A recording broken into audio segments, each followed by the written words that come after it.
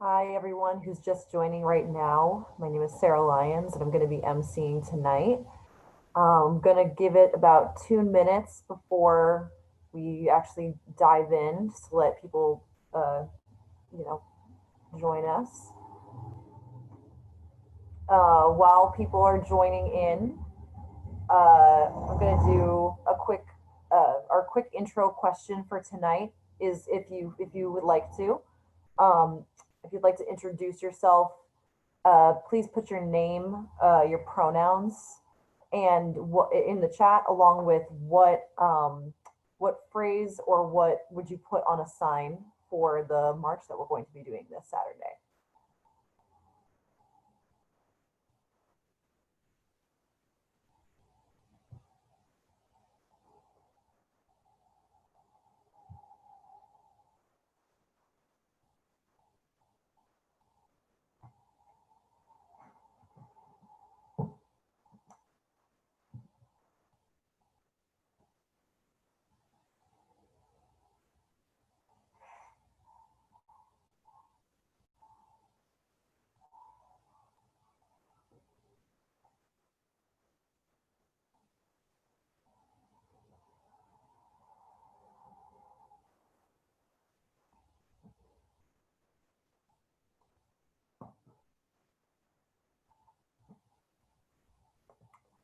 All right.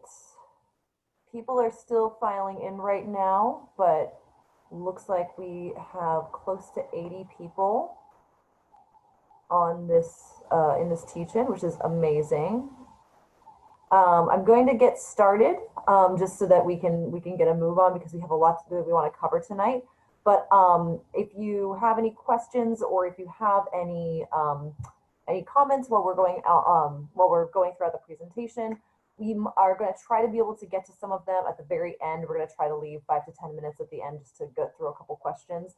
We might not, but if you have any questions while we are talking, please be sure to put them in the chat and we'll try to get to them later. So welcome everybody. My name is Sarah. My pronouns are she, her. I'm an Astoria resident and I'm an organizer with New York City DSA, specifically the Eco-Socialist Working Group. I'm really excited about this teach-in. It's been a lot of hard work putting this together, and I'm really excited for all the people who are going to be talking tonight. This was the brainchild of a coalition of a bunch of different activists and groups from across the city, across Queens, who are all concerned about this energy power plant and want to shut it down and want to make sure it doesn't get built. So we're coming up with a list of things that we felt the general public, people who might not be as familiar with these kind of issues, wanted to know about. And so, yeah, this is the brief agenda overview for tonight. First is going to be overview and introduction to power plants and what the proposal for this particular power plant is. We're next going to move on to the local history of Astoria specifically surrounding power plants, because Astoria has its own unique problems and its own unique history with these types of climate issues. We're going to move on to after that to the fossil fuel proposals and fights throughout New York City and throughout New York State. The thing about all issues is that they're all connected, but especially when we're talking about energy and especially when we're talking about climate change, things are very literally connected to each other. So this fight is not one fight on its own. It's connected to every other struggle and every other fight across the state. From there, we're going to talk about alternative visions for renewable energy and public power. So if you haven't been power pilled yet, get ready. And and after that, we're going to talk about a political strategy to win, the political landscape around this fight, what it would take to win, who the actors are, and who the people are that we're going to be targeting in this fight. And from there, we're going to talk about next steps and things that are coming up in this particular fight, both in Queens and beyond. So I'm really, really excited about all of this, and I'm going to pass it to Laura. Hi, everybody. My name is Laura Schindel. I'm an organizer with Food and Water Action. We work on climate and fossil fuel infrastructure issues throughout the country, but I'm focused here in New York State. So to give everybody a brief overview of what is this proposal to begin with. This is our very first teach-in about it. It is a proposal from an energy company called NRG. No, NRG does not stand for anything. To build a new fracked gas power plant on the northern tip of Astoria, Queens. It would be a 447 megawatt plant for energy nerds. And currently at this location, there exists a peaker plant, which basically means that it's a plant that only runs when there's particularly high energy demand. Like on a very hot day, when everybody has their ACs on blast, these sites can power up to provide extra electricity to the city. But the current plant that's there is so enormously dirty that it's being shut down because of new regulations that have been passed for air pollution, for NOx regulations. So the current plant that's there is no longer going to be legal to operate. So now NRG is proposing, well, let's build a quote unquote cleaner peaker plant to replace that older one that will soon be illegal. And won't that be an improvement for the community? Well, it won't be. There's a lot of problems with it, and we're going to talk about them. First and foremost is that the power plant, the old one or the new one, but we're talking about the proposal for the new one, would spew a lot of toxic particulates and matter into the air to impacting surrounding communities. I have listed here a few. Nitrogen oxides, or NOx, have a large correlation with elevated levels of asthma. Volatile organic compounds are linked to respiratory illnesses. And there's been research that shows that particulate matter has correlated to worse outcomes for COVID-19 victims as well. And not to mention greenhouse gas emissions causing our climate crisis. All of these emissions would be particularly harmful to children, to the elderly, to anyone who is vulnerable.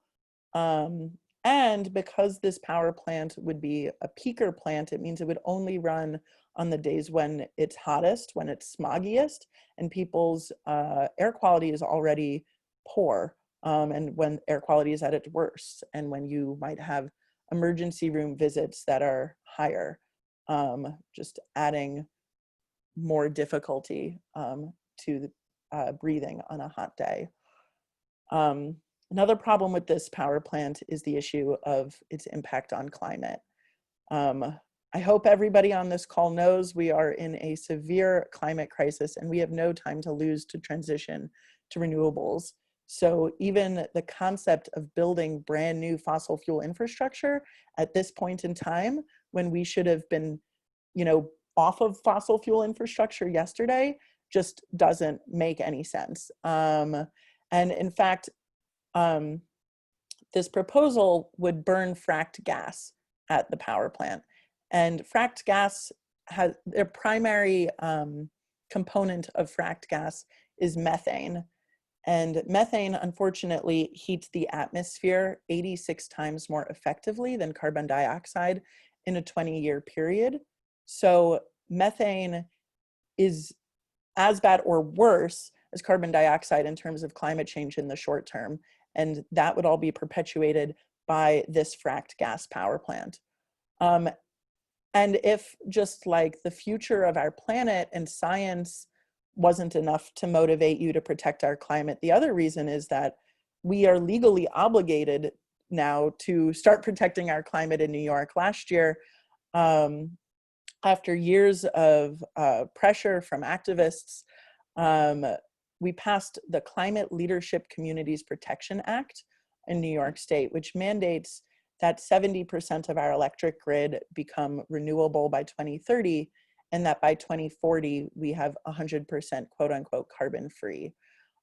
So building new fossil fuel infrastructure now would be in total violation of this new climate law that passed last year. And it's also worth noting that just this past year, at the beginning of 2020, Mayor de Blasio announced his opposition to fossil fuel infrastructure in New York City. It should be worth noting that he doesn't have approval power over this proposal, but he has said he would be against them. And one other problem with this horrible proposal is that the cost of building the plant would be passed down to consumers through higher utility bills. And so not only would we be getting poisoned with bad air quality and worsening our climate crisis, but we'd be the ones on the hook to pay for it. And even worse, no surprise, the oil and gas industry is pretty shady. The company behind this proposal is a Texas-based energy company, and they have also their hands in a lot of nuclear and coal, and even Green Mountain Energy, who you all might recognize the name of from farmers markets. But even though this proposal has been technically around for a while, which we'll talk about later on in this presentation, there have been no efforts to really have transparency with the public or with the surrounding neighborhoods. We found out about this proposal almost accidentally this summer, and we're lucky that we did, but they have tried to keep it under the radar so that they can fast track the approval process. And their talking points of why they want to build the power plant are all rooted in lies. First, they say that natural gas or fracked gas is a bridge fuel and a cleaner option. But as we mentioned, methane, the primary component, is terrible for climate and is not a bridge fuel to anything. It's a gangplank to climate disaster. And that's an outdated, industry talking point that's not rooted in any fact. They're also trying to claim that this power plant is necessary for quote unquote grid resiliency to prevent blackouts.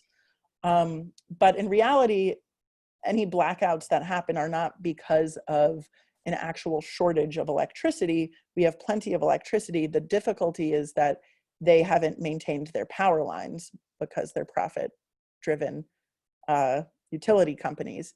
And so the grid resiliency talking point is also nonsense. We have enough power. And then the other thing that they're trying to push is saying, well, this power plant would be consistent with New York's new climate law because we're going to use hydrogen fuel at this plant when fossil fuels are no longer allowed because of the CLCPA.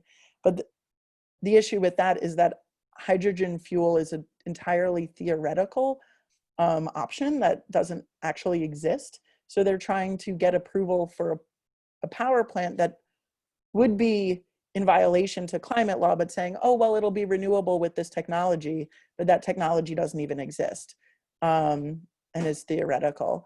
And then, they've been quoted in a recent article saying, oh, we're trying to clean up Astoria. This is going to be so much better than the power plant that's there currently. But what they omit is that the power plant that's there currently is getting shut down no matter what because of the new air regulations that were passed. So that's a false choice. We don't have to choose between the old plant and the new plant.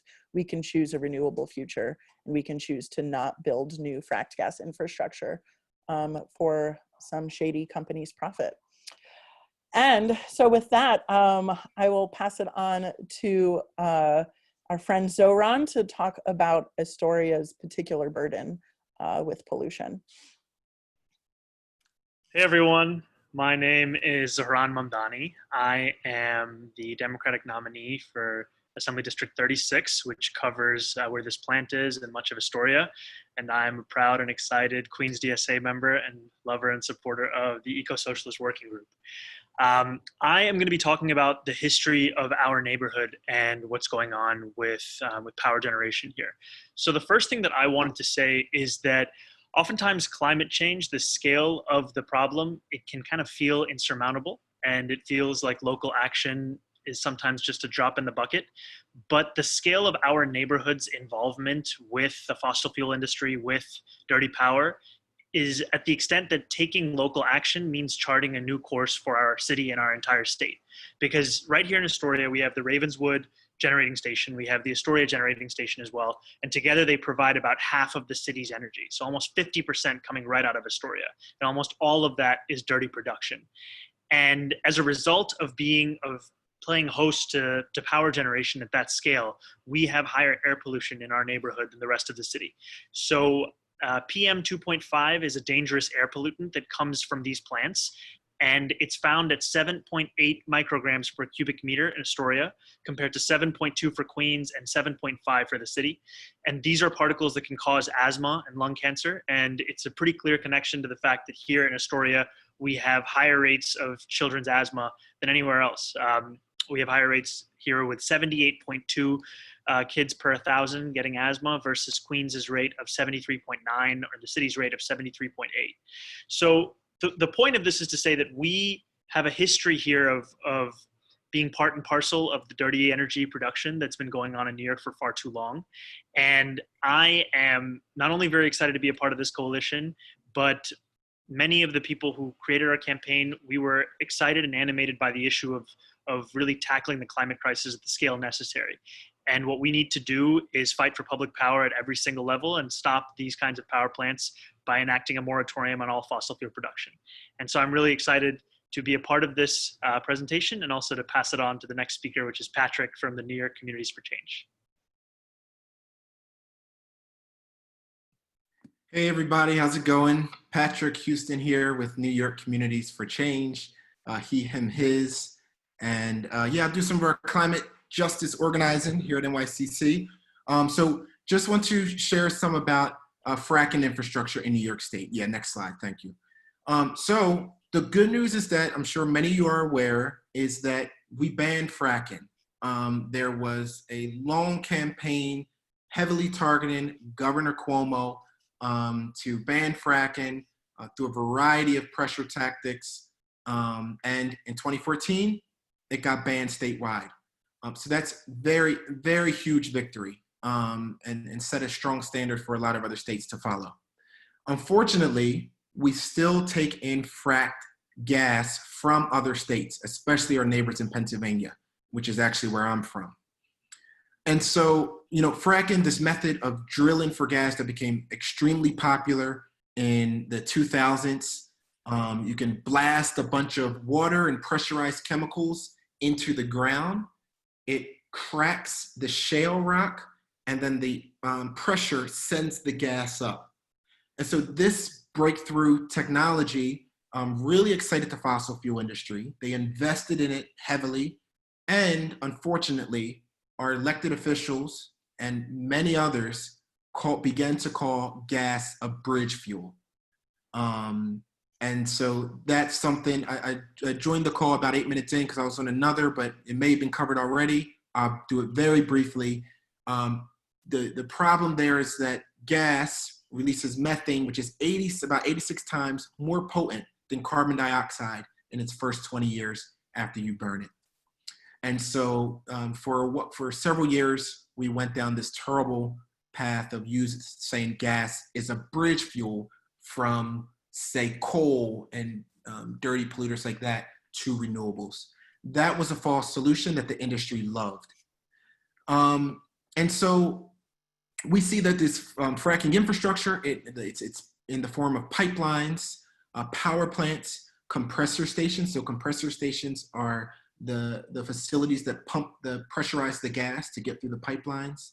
We see over the past few years, many proposals and attempts to build out fossil fuels. And then finally, we know that when we build out this fossil fuel infrastructure, it locks us in for decades. A lot of these projects have, 30-year, 40-year, 50-year lifespans. Finally, it also, on this slide, finally, it has the direct impact of the co-pollutants that these plants release. So a power plant, that pollution that's coming out, there's microscopic particles that attach to people's lungs and damage respiratory health and cause other illnesses. Perfect. So then what exactly are we looking at? So the good news is that the movement in New York State has yielded a lot of victories in the past couple of years. And let's be very clear that our Governor Cuomo was not already ready, not already prepared and willing to reject all these projects. So in the past few years, we saw the Pilgrim pipelines get rejected in the state. There was a proposal for Seneca Lake gas storage. There was also a victory there. We saw another large pipeline proposed by Williams Company called the Constitution Pipeline first. That got rejected. And then most recently, just a few months ago, the Williams proposed Williams Pipeline, which is stretched 23 miles through New York Harbor, carrying fracked gas from Pennsylvania. That got rejected. So we are yielding victories. We are pushing the state in the direction that it needs to go, but there's a lot more work to be done. So what are we still fighting? Well, the stubborn fossil fuel industry, after we blocked their pipeline for the Williams pipeline, has now shifted, and where it's both the fossil fuel industry, but also the utilities, namely National Grid and Con Ed, pushing for other frack gas alternatives. So we blocked the Williams pipeline. Now they're trying to complete the North Brooklyn pipeline, and they're also trying to do projects to ship in fracked gas.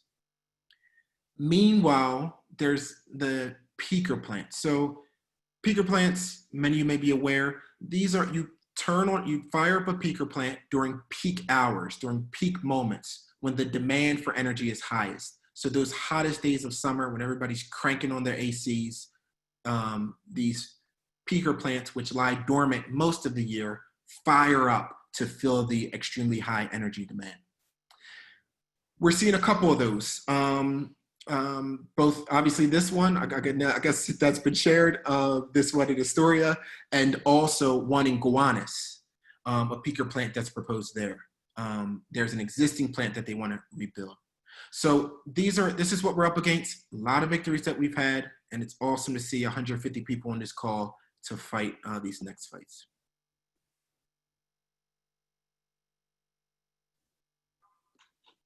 And my name is Thomas. I'll be talking next about some alternative visions to this peaker plant and also to our private utility and energy system that NRG and Con Ed have been benefiting from. So first, I want to talk a bit about alternative peaker plants and dirty energy.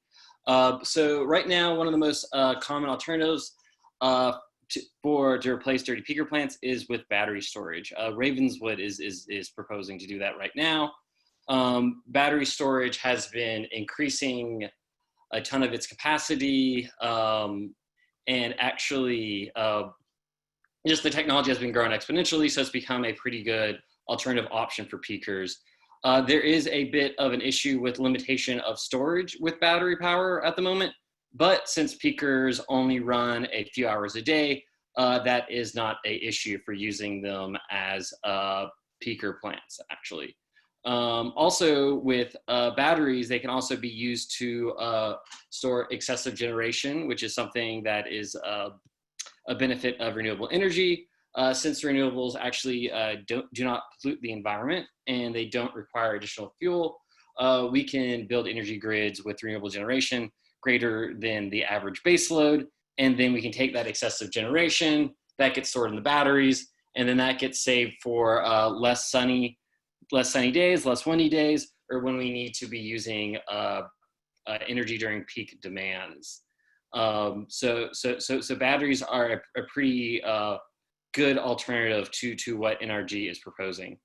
And then something else that also helps with, still on the last slide. Something else that helps with resiliency and also base demands that NRG says this peaker plant can help with is solar grids and microgrids.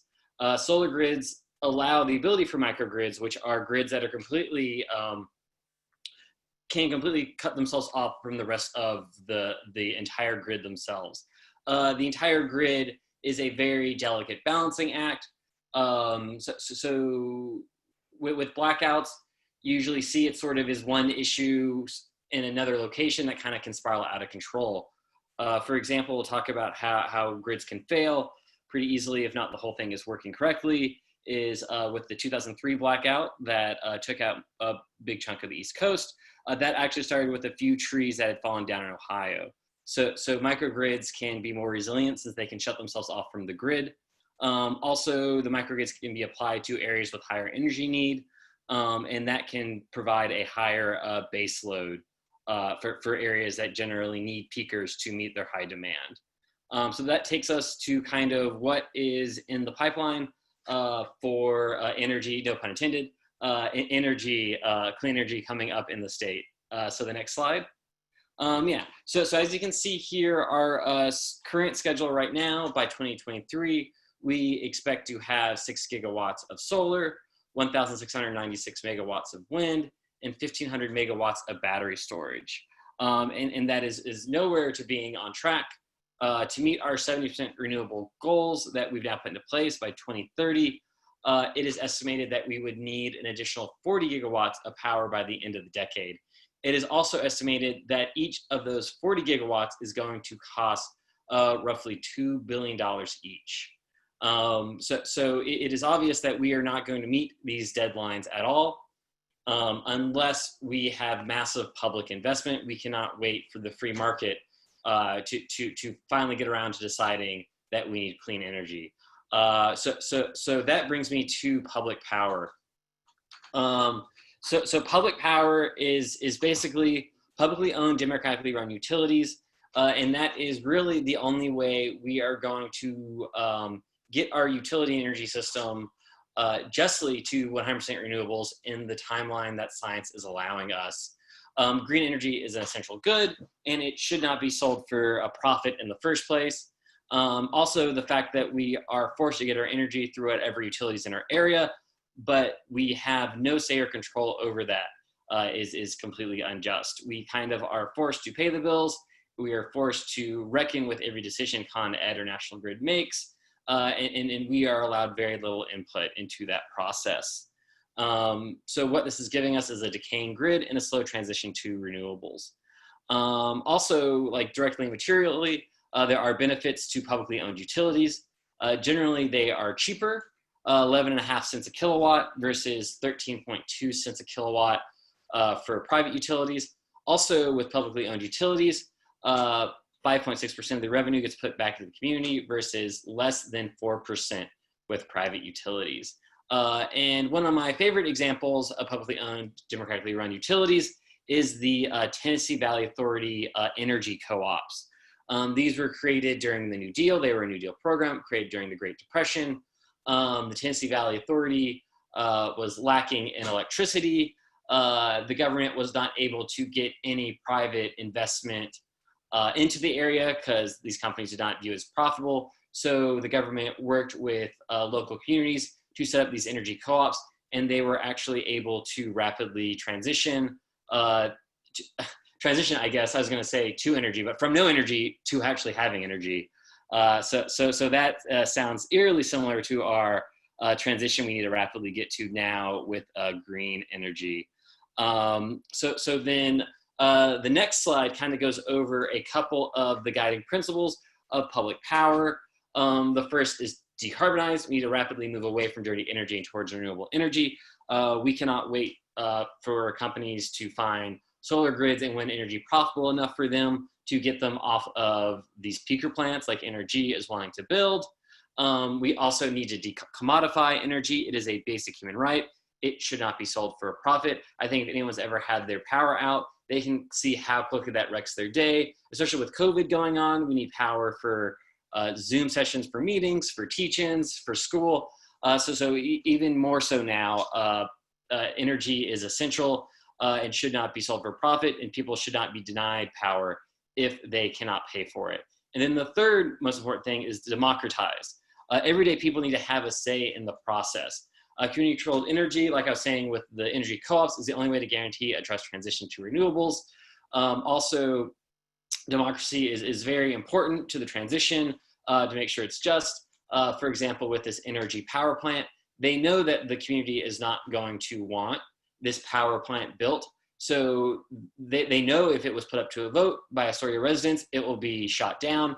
And so what they've been doing, as Laura was alluding to, has been using a lot of shady practices to keep the community kind of unaware of what was going on and to keep them out of having any say in the process. So those are the three guiding points for public power. And then I just kind of want to talk a bit about the actual public power campaign itself, which is on the next slide. So this campaign was launched by NYC DSA in the beginning of 2019, and we've now expanded to a statewide coalition. What we are trying to do now is pass 3 bills in Albany that will take control of the grid away from private interest and put them into public democratic control. If you are interested in learning more about the campaign itself or signing up, I think it also has a couple of articles. You can check out our website at publicpower.nyc. So we are going to need public power to make sure situations like this NRG plant no longer happen in New York City, and also to help fund the transition to move away from these dirty fossil power plants. So I am going to be passing it over now to Lee from Sane Energy, who is going to be talking about how we can stop this specific power plant. Cool. Thanks so much, Thomas. Hey, everyone. I'm Lee Zishi. I use she, her pronouns. I'm an organizer with Sane Energy Project. We've been fighting fracking and frack gas infrastructure for about 10 years now in New York City. I've been doing that for about 7. Like Patrick, I'm from Pennsylvania. Not going to say the better side of the state, the western half, but you know, I'm from Pennsylvania too. So a lot of people I love and care about are on the other ends of this infrastructure. So that's what really brings me to this fight. In addition to, you know, living in Brooklyn and wanting to keep the city above water. So we've been involved in a lot of these fracking fights before. And how did we do it? How did we beat infrastructure before? As Patrick mentioned, this year we beat the Williams pipeline. There's been Seneca Lake. There was also a gigantic liquefied terminal for LNG that was defeated. There's a bunch of other pipelines that we've beat, but there's also some that we've lost as well. There's been a lot of infrastructure that's been built. But one thing you might notice in this headline and in this image is Cuomo comes up quite a bit. So we're definitely going to talk about that. So if you can go to the next slide. So there's generally 2 kind of main tracks of a campaign to beat frack gas infrastructure. There's the regulatory inside game. You know, there's always some kind of state agency that has a role in the approval of this infrastructure. And I'll talk about that in a little bit. And then there's always the political outside game. So pretty much whenever it comes to a regulatory process, you know, there's an agency that has to make a decision based on science. And science is on our side. You know, we know, you heard all of the reasons that this pipeline is, or power plant, sorry, I'm also fighting a pipeline as well. So we know all the reasons why this power plant is bad for the climate, why it's bad for our communities. And that's where our agencies have a chance to, you know, deny permits. And I'll go into the very specifics of this power plant soon. And so what we've learned in New York through all these other fights like the Williams pipeline fight and the fight to ban fracking is that public comments, you know, really based in science, building up, you know, the regulatory case for why this power plant is bad is really important. But we can do that. We can do all those kind of comments. You know, we had over 10,000 comments for the first time for the Williams pipeline. Then they reapplied, and then we had like 20,000 comments. The same thing happened with the ban on fracking. It actually took so long because they had to go through hundreds of thousands of comments. But those were all really based on science. And what that does is that builds up like the legal and the regulatory record for denying these projects. But science is not enough in New York State. We wish it was.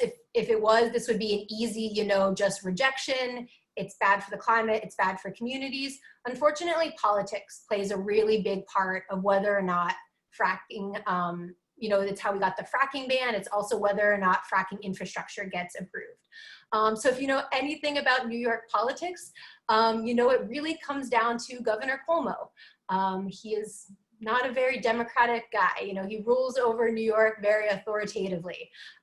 So even though we know science is on our side, we have to also get Governor Cuomo to feel political pressure against this power plant. So if you see the picture, a lot of the tactics that we've used in other fights is we show up everywhere Cuomo goes. Anytime he's in New York City, he's seeing people saying, hey, stop the Williams pipeline. Soon he's going to see stop the Astoria frack gas power plant. We really need to get into his face on this. And one of the ways that we also do that is through local elected officials.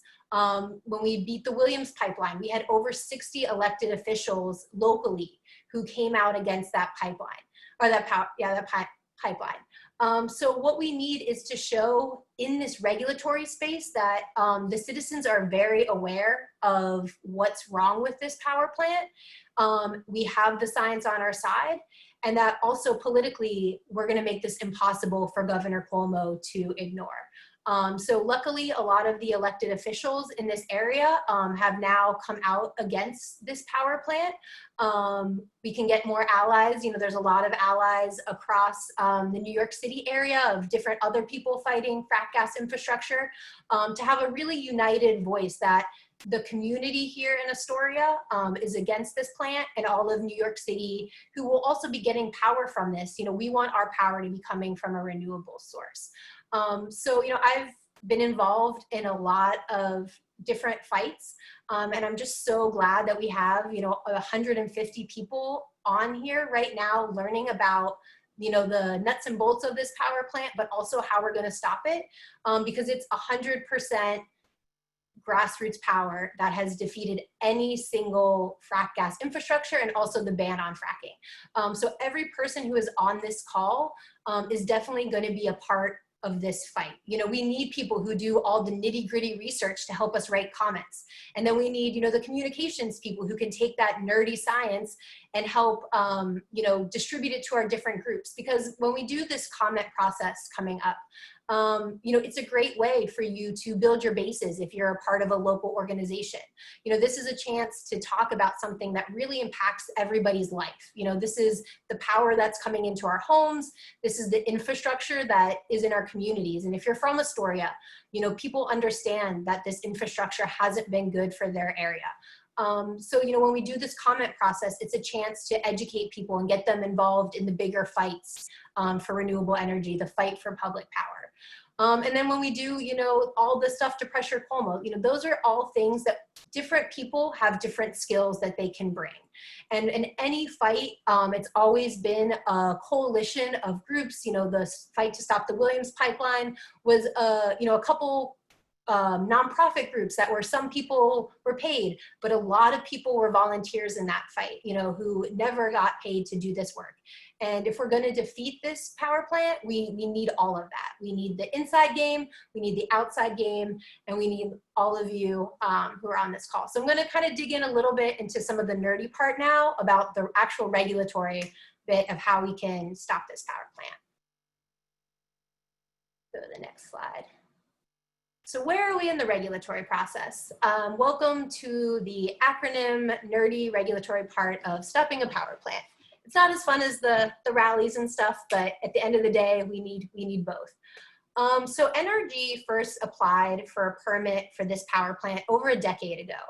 And they actually received a lot of those permits. But they ended up not building this frack gas power plant 10 years ago because there wasn't a market for it. So now they want to bring it back, and they kind of have to go through part of this approval process again. And in the last 10 years, the approval process has changed for power plants. Before, they went through a permitting process called the State Environmental Quality Review Act. The acronym we use a lot is SECRA. But since then, power plants have also been asked to go through an Article 10 process, which is a lot more rigorous. And so some organizations have filed comments requesting that we go through this more rigorous process, that, you know, this plant is really held up to the standards of today and not 10 years ago. You know, as Patrick mentioned, our knowledge about the dangers of frack gas for local pollution and climates are, you know, have really changed in the last years. So we're really pushing to have this go through this more rigorous process. No matter what, even if it goes through the less rigorous secret process, they still have to go through a new approval process for this power plant. And so that will be through the Department of Environmental Conservation. It's kind of like the EPA version on a state level. You know, we have the environmental protection on the federal level. DEC is kind of that agency on the state level. So they'll be looking at all these things, the public comments. That's where we'll be filing the public comments. That's where we need to kind of keep that science-based pressure on. And the good news is there's still an approval process for all of this, right? You know, the worst time to get into a fight against frack gas infrastructure is when construction's already started. You know, we're fighting a pipeline right now in Brooklyn where they've already started construction, and it's very, very hard to stop construction once it's started. But we're really lucky. We're still in this early phase. They're doing a scoping phase right now. They have to do an environmental impact statement. That's kind of where some of this SECRA versus Article 10 is. You know, it'd be more rigorous under Article 10, but even if it's under this less rigorous process, they'll have to do an environmental impact statement, and then we'll all get the chance to comment. And that's when we'll just like nail them against the wall with facts. You know, like, this is bad for our community for X, Y, and Z. And in the meantime, we'll be building all this pressure on Governor Cuomo. Our elected officials will be standing with us, and the DEC will have no choice but to deny this power plant. And so there's, Bria will be up next to kind of talk about what are some of those steps that we're gonna do to build that political pressure. So over to you, Bria. Hello, everyone. My name is Bria, and I'm a junior studying at Queens College, and I'm interning with NIPERC this semester, and I'm very passionate about moving New York towards 100% clean energy future, and that's why I'm here with you guys tonight, along like many of you are. So I'm a Queens native, and I'm very concerned about the power plant proposal in Astoria. And if you're passionate about defeating the Astoria NRG power plant proposal like I am, there are a few things you can do to help. So first, what we can do is call Governor Cuomo right now at 888-834-3668 and tell him to move New York off fossil fuels ASAP and deny the Astoria NRG plant proposal. So we can do that right now.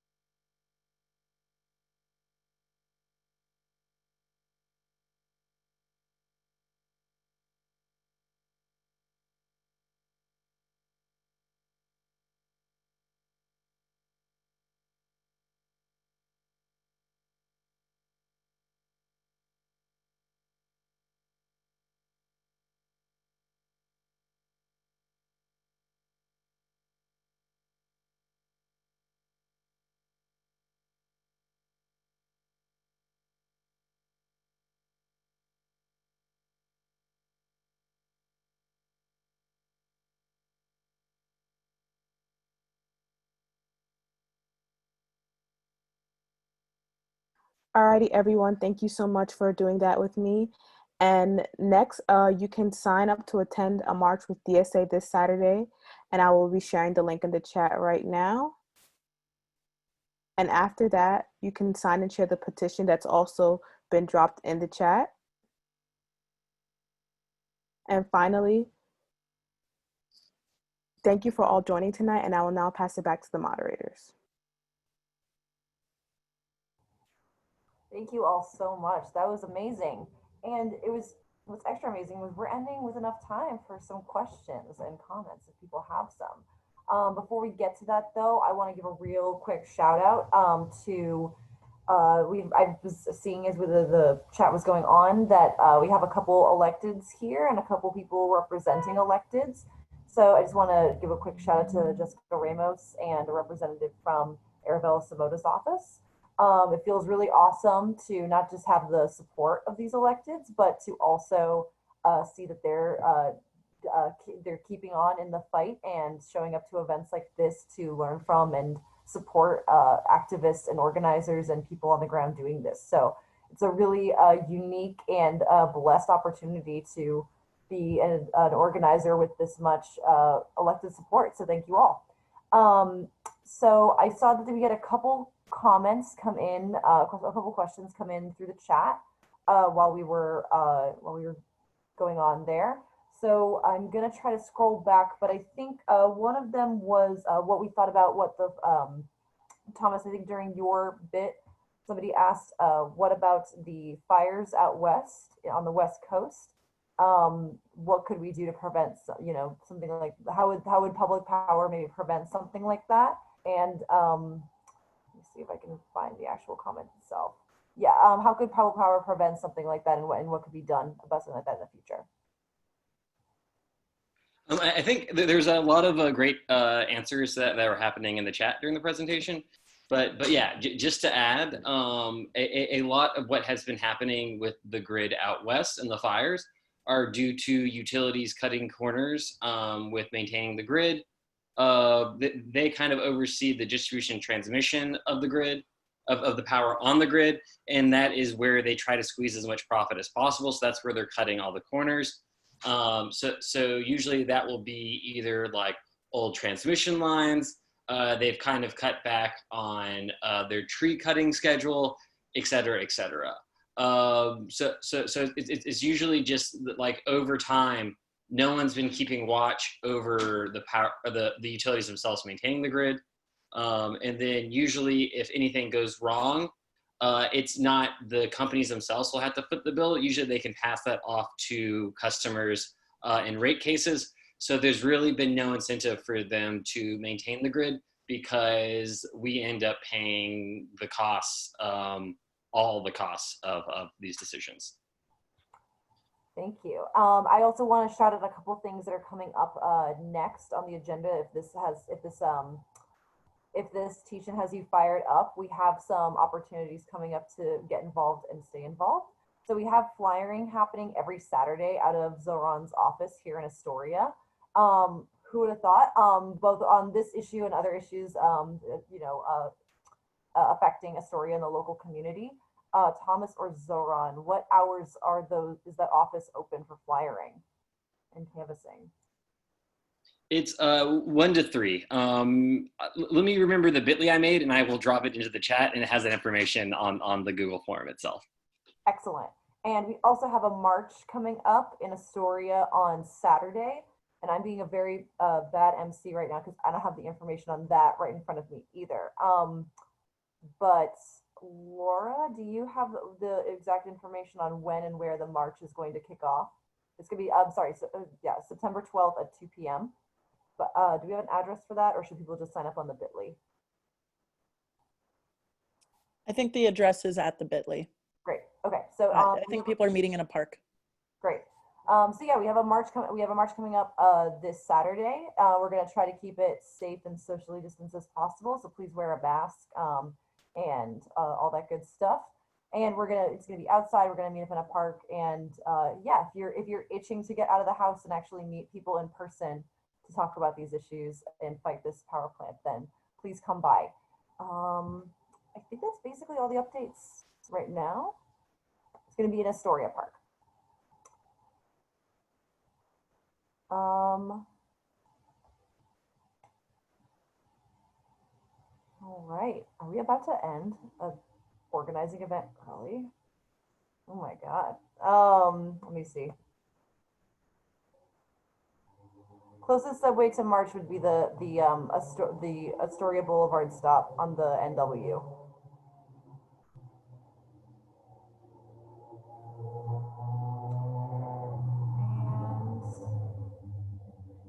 And Sarah, can I pose a question that was in the chat for someone on our panel to answer? yeah, go for it. I'm just going to scroll up to find it. Basma had asked, at the end of the day, does DC have final word? Is it King Cuomo? So yes, it'll be the DEC that will reject or deny the permit for them to build this power plant. And it should be based on science and just that, but what we know is that those are highly political and Cuomo's influence matters. So, but it will be the DEC.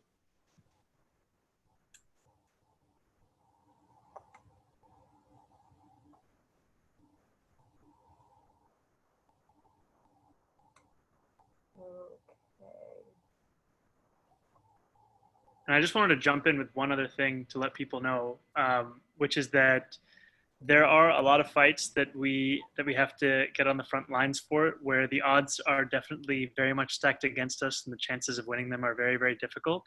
And while this will be very hard, there is a possibility and a path to actually winning this. And that's what's so exciting. So I know that it seems like a lot of steps and it seems like it ends with Cuomo, who is somebody who's hardly our friend on any of these issues, but he has been someone who's been successfully pressured on previous fossil fuel infrastructure projects. And this is a pretty great group to be a part of to actually make that a reality with the Astoria power plant as well. Thank you. I want to talk about there's one comment in the, there's one question in the comments section that I can start to address, but please, if any of the other presenters would like to take this, let me know. But Marilyn Lopez asked, who are they directed towards? What's the public investment for hitting the goal versus costs undertaken by the public with the current proposal? What are the steps, requirements, and responsibilities for publicly owned power? There's a lot there, but I think that one of the main things to remember is that green energy is very popular, actually. Poll after poll, especially in New York City, shows that people are, actually very much in favor of green energy. And so if people have a say over their energy grid and have a democratic say over that, there's a very high likelihood that people would want to switch over to renewable energy. There's also, I think the idea there is also that instead of having a grid or a utility that is geared towards profit and only answers to shareholders, you have a grid that is geared towards human survival and is answerable to the public and is, I don't know if anybody else wants to jump on that.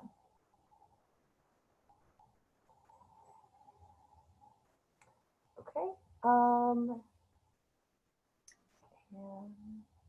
Lee? Oh, I thought you were gonna. All right. Asked again where the march is. So it's 2 p.m. on Saturday, this Saturday the 12th at Astoria Park. It's the northeast corner.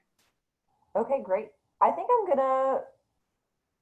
gonna say let's wrap up early, y'all. I think this was a great teach-in. Thank you everyone who came. Thank you everyone who spoke. Thank you everyone who helped organize this. We are gonna shut this energy plant down, and I can't wait to do that with all of you. So solidarity, and I'll see you out there or on the box. See you Saturday. Bye.